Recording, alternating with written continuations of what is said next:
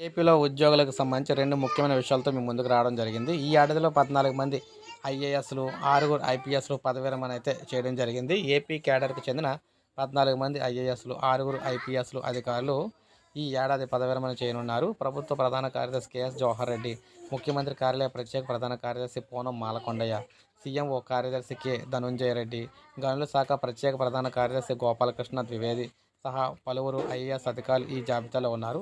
రాష్ట్ర నిఘా విభాగం మాజీ అధిపతి AB Venkateswararao, AP road safety authority chairman Anjana Sinha తదితర ఐపీఎస్ అధికారులు కూడా ఈ ఏడాది పదవి విరమణ రేసులు అయితే ఉన్నారు. ఇక నెక్స్ట్ చూసుకున్నట్లయితే పీఆర్సీ అమలుకు ఉపాధి సిబ్బంది అయితే వినతులు అయితే ఇస్తూ ఉన్నారన్నమాట.